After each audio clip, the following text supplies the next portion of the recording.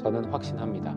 여러분이 여러분 안에 있는 염려와 대화를 시도할 때 당신 안에 있는 염려가 무슨 말을 할지 저는 알아요. 분명히 당신 안에 있는 염려는 이렇게 말할 겁니다. 걱정은 상상력을 잘못 사용하고 있는 것이다. 우리는 사실 상상력이라는 엄청난 능력을 비교하는 데 쓰고 있는 거예요. 마치 염력을 가진 자가 입에 담배를 물고 저 멀리 떨어진 라이터를 가져오는 데 쓰는 것과 비슷한 거죠. 그래서 저는 오늘 이 긴 영상을 통해 여러분께 비교 활용법을 소개해 드리고 싶었습니다.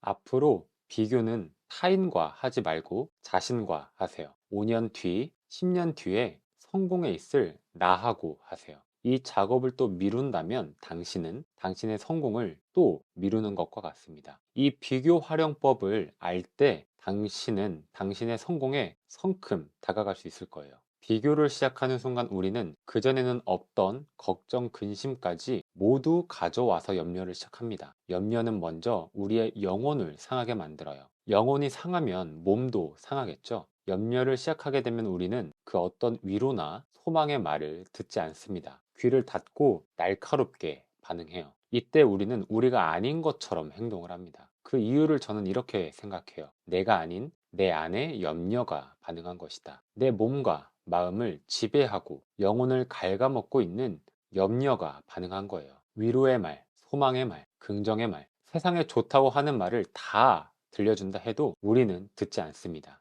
이때 이런 말들은 우리에게 아무런 능력이 없어요. 오히려 더 화를 돋우는 역할을 하죠. 그래서 우리는 알 수 있습니다. 우리가 염려할 때 필요한 건 말이 아니라 침묵이다. 다시 한번요. 우리가 염려할 때 우리한테 필요한 건 말이 아니라 침묵이다. 그렇습니다. 우리에게 필요한 건 말이 아니라 침묵이에요. 우리는 알고 있습니다. 때로는 아무 말 없이 그냥 곁에 있어주는 것만으로도 얼마나 큰 힘이 되는지 몰라요. 우리는 이 사실을 경험으로 알고 있습니다. 말이 필요한 게 아니에요. 어떤 존재가 필요한 것입니다. 염려하고 있는 우리에게 필요한 건 존중이에요. 그리고 그 존중은 침묵으로부터 받을 수 있습니다. 침묵은 염려를 존중하기 때문이에요. 비교는 어디서부터 시작될까요? 저는 우리의 시선으로 시작된다고 생각합니다. 우리가 타인을 볼 때 비교는 시작됩니다. 그럼 눈을 그냥 감으면 되는 거 아닐까요? 사실 그런다고 비교가 멈추지는 않죠. 한번 시작된 비교는 멈추는 법이 없습니다. 그래서 생각한 게 비교 활용법입니다. 우리에게 필요한 건 비교하지 않는 법이 아니라 이건 불가능하니까요.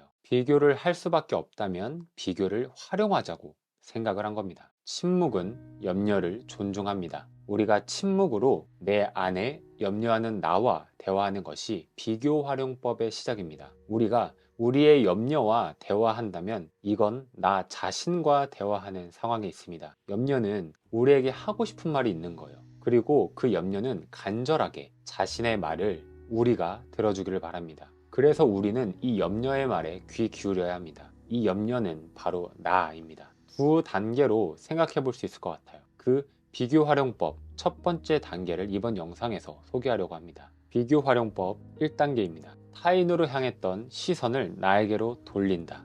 우리가 시력을 갖고 있는 이상, 잠을 자지 않는 이상, 우린 늘 어딘가로 시선을 둘 수밖에 없습니다. 그러면 이때 건강한 질문은 무엇을 볼 것인가? 그래서 저는 타인을 볼 것이 아니라 나를 보자고 말씀드립니다. 그래야 합니다. 이것이 비교 활용법의 첫 단계입니다. 지금 갑자기 생각이 난 건데 꼭 말씀을 드려야 할 것 같아요. 이 책 1장에 담긴 내용을 읽으면서 제가 한 생각인데요. 자신이 어떤 일을 하면 행복할까 하는 고민 없이 어떠한 이유로든 직업을 선택한 건 실수라고 말합니다. 그러면서 식상하지만 중요한 말을 덧붙입니다. 자기 성찰은 그야말로 완벽한 시작점이다. 제가 게임에는 취미가 없지만 이 장면이 갑자기 떠올랐어요. 무기가 있고 강화석이 있으면 강화라는 걸 하잖아요. 그 강화에 성공을 하면 플러스 1이 되면서 똑같은 무기인데 더 좋은 무기가 되는 겁니다. 우리 모두는 열정을 가지고 있습니다. 이게 강화석이에요. 그리고 우리는 이제 우리에게 맞는 무기를 찾아야 합니다. 이게 일이에요.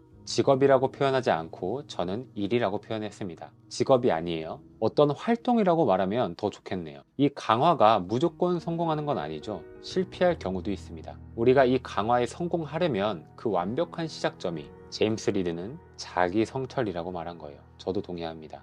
정리하면 우리 모두는 열정이라는 강화석을 가지고 있습니다. 없는 사람 없어요. 다 있어요. 그럼 이제 무기를 찾아야 할 차례입니다. 강화에 성공할 만한 무기를 찾아야 하고 그 시작점은 자기 성찰입니다. 우리가 가진 열정이 얼마나 소중한 건데 그 열정을 아무데나 쏟을 수는 없겠죠. 좋은 무기는 그냥 얻을 수 없습니다. 그렇지만 마침내 나에게 딱 맞는 무기를 찾았을 때, 그리고 온 마음을 다해서 내 열정을 쏟을 때, 이것이 바로 강화에 성공한 거겠죠? 그렇다면 전보다 훨씬 강한 내가 되어 있을 겁니다. 이게 진짜 내 무기가 되는 과정인 거죠. 지금까지가 비교활용법 1단계의 서론이었습니다. 꽤 길었죠. 이제 본격적으로 1단계의 A-1 단계를 말씀드리겠습니다. A-4까지 있으니까 잘 들어주세요. 그럼 바로 시작하겠습니다. 비교활용법 A-1단계입니다. 우리는 상상력을 가지고 있습니다. 1대1 면접을 보는 장면을 상상해보죠. 면접관이 묻습니다. 당신은 어떤 차별성을 가지고 있습니까?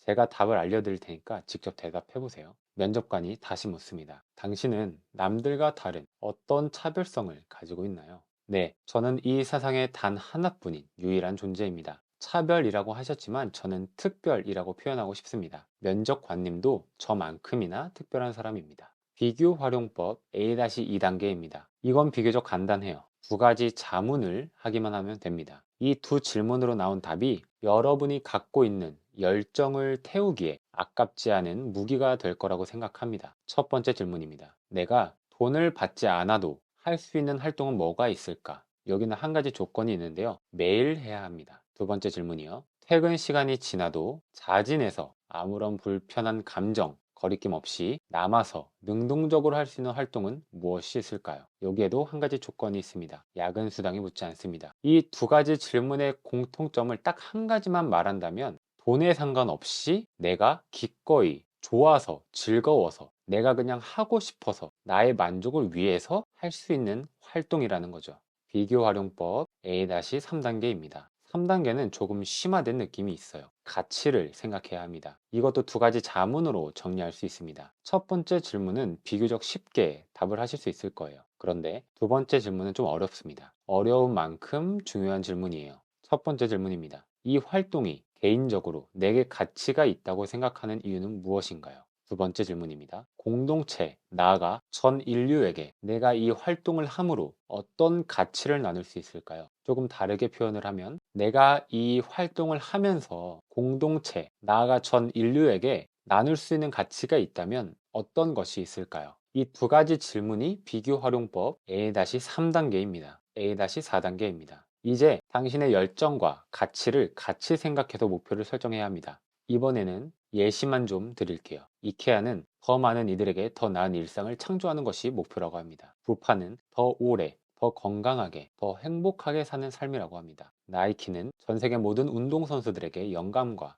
혁신을 불어넣는다. 신체가 있다면 당신 역시 운동선수다 라는 목표가 있습니다. 리처드 브레슨, 내 삶의 여정에서 재미를 찾고 나의 실수에서 교훈을 얻는 것이 나의 목표다. 오프라 윈프리, 내 학생들이 스스로 가능하다고 여기는 것 이상의 존재가 될 수 있도록 영감을 불어넣는 교사가 되는 것이 나의 목표다. 비교 활용법 1단계를 정리하겠습니다. 쉬운 작업은 아닐 거라고 생각해요. 그래도 지금 이 고민을 하지 않고 5년 뒤에 지금과 똑같은 고민을 한다면 그때 나는 더 혼란스럽지 않을까요? 지금 하는 것이 맞습니다. 이 작업을 또 미룬다면 당신은 당신의 성공을 또 미루는 것과 같습니다. 이 비교 활용법을 알아야 하는 이유는 뭘까요? 타인과의 비교는 우리에게 아무런 동력이 되지 못합니다. 오히려 동력을 상실하게 해요. 아무런 유익이 없습니다. 그렇기 때문에 타인과의 비교는 활용할 가치조차 없어요. 이미 어느 정도 자아 성찰을 하시는 분이라면 타인과의 비교도 충분히 동력 삼을 수 있습니다. 그 타인으로 인해서 자극을 받고 그 타인을 목표로 두고 그걸 자신의 삶의 동력으로 삼는 과정인데요. 이번 영상은 비교활용법을 전반적으로 처음부터 다루는 것이기 때문에 제외했습니다. 그래서 우리는 이 비교활용법을 알아야 합니다. 이 비교활용법은 우리에게 유익이 됩니다. 오히려 동력을 만들어줍니다. 목표를 향해 가는데 추진력을 얻는데 도움을 받을 수 있습니다. 여기에서 한 문장으로 비교활용법을 정리하면 타인과의 비교를 하는 것이 아니라 5년 뒤, 10년 뒤에 성공한 나와 비교를 하는 거죠. 우리가 보통 하는 비교와 오늘 제가 소개시켜드린 비교활용법의 차이는 타인과 하는 비교가 아닌 나 자신, 더 나아가 5년 뒤, 10년 뒤에 성공에 있을 나와 비교를 하는 이 차이가 있는 거죠. 정리하겠습니다. 아마 이 다음 영상은 습관이나 루틴 관련 영상이 되지 않을까 싶어요. 당장은 아니더라도 분명히 다룰 겁니다. 우리는 비교를 하지 않을 수 없습니다. 우리에게는 시력과 창의력, 상상력이 있기 때문이죠. 미라클 모닝 다이어리에서 본 문장인데 외우려 한 것도 아닌데 각인된 문장이 하나 있습니다. 걱정은 상상력을 잘못 사용하고 있는 것이다. 우리는 사실 상상력이라는 엄청난 능력을 비교라는 데 쓰고 있는 거예요. 마치 염력을 가진 초능력자가 입에 담배를 물고 저 멀리 떨어진 라이터를 가져오는 데 쓰는 것과 비슷한 거죠. 그래서 저는 오늘 이 긴 영상을 통해 여러분께 비교 활용법을 이렇게 애써 소개드리고 있는 겁니다. 정리해 볼게요. 시선을 나에게로 돌린다. 이것이 비교 활용법의 첫 단계였습니다. 나의 시선을 나에게로 돌린다. 두 번째, 5년 뒤, 10년 뒤에 성공한 나를 상상한다.